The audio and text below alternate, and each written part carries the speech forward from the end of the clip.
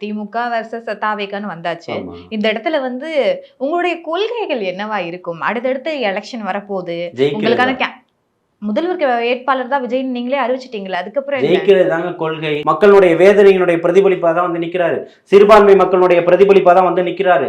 இருக்கக்கூடிய அனைத்து மக்கள் சமுதாயத்தினுடைய சொந்தங்களுடைய பிரதிபலிப்பா தான் வந்து நிக்கிறாரு. இன்னும் என்ன வேணும்? எனக்கு என்ன தேவை? என்னுடைய வழிகள் எனக்கு என்ன வேதனை வழிகள்ன்றது என்கிட்ட இருக்கு. அப்ப நான் யாரை தேர்ந்தெடுப்பேன்றது எனக்கு தெரியும். அவரை தான் திமுக அரசுல சிறுபான்மையினர் வந்து வஞ்சிக்கப்படுறாங்கன்னு நினைக்கிறீங்க? நிச்சயமா. எத்தனை மாவட்ட செயலாளரை உங்க கட்சியில கொடுத்துருக்கீங்க, எத்தனை மேயரை கொடுத்துருக்கீங்க, எத்தனை கவுன்சிலரை கொடுத்துருக்கீங்க, ஒன்னத்துக்குமே சொல்றதுக்கு இல்ல. இப்ப போன 10 நாளைக்கு முன்னாடி நடந்த அம்மா பட்டணத்தில் நடந்த 70 ஆண்டுகள் பள்ளிவாசல் தரைமட்டமாக்கப்படுது.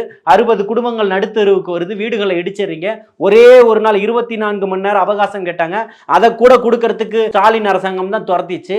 எல்லா இஸ்லாமிய தலைவர்களும் பின்னாடி வாய் மூடிதான் மௌனமா நின்னுகிட்டு இருக்கீங்க. அது இஸ்லாமியர்களுக்கு நடந்த கொடூரம் இல்லையா? சிறுபான்மை மக்கள் மீதான உங்களுடைய கோபத்தெல்லாம் வன்மத்தெல்லாம் காட்டிக்கிட்டு இருக்கீங்க. அப்ப மோடிக்கும் உங்களுக்கும் எதுவும் வித்தியாசம்? அதுதான் தலைவர் தளபதி சொல்றாரு. அவர்கள் பாசிஸ்ட்னா நீங்க பாயசமா? 2 பேரும் ஒண்ணுதான் சொல்றாரு.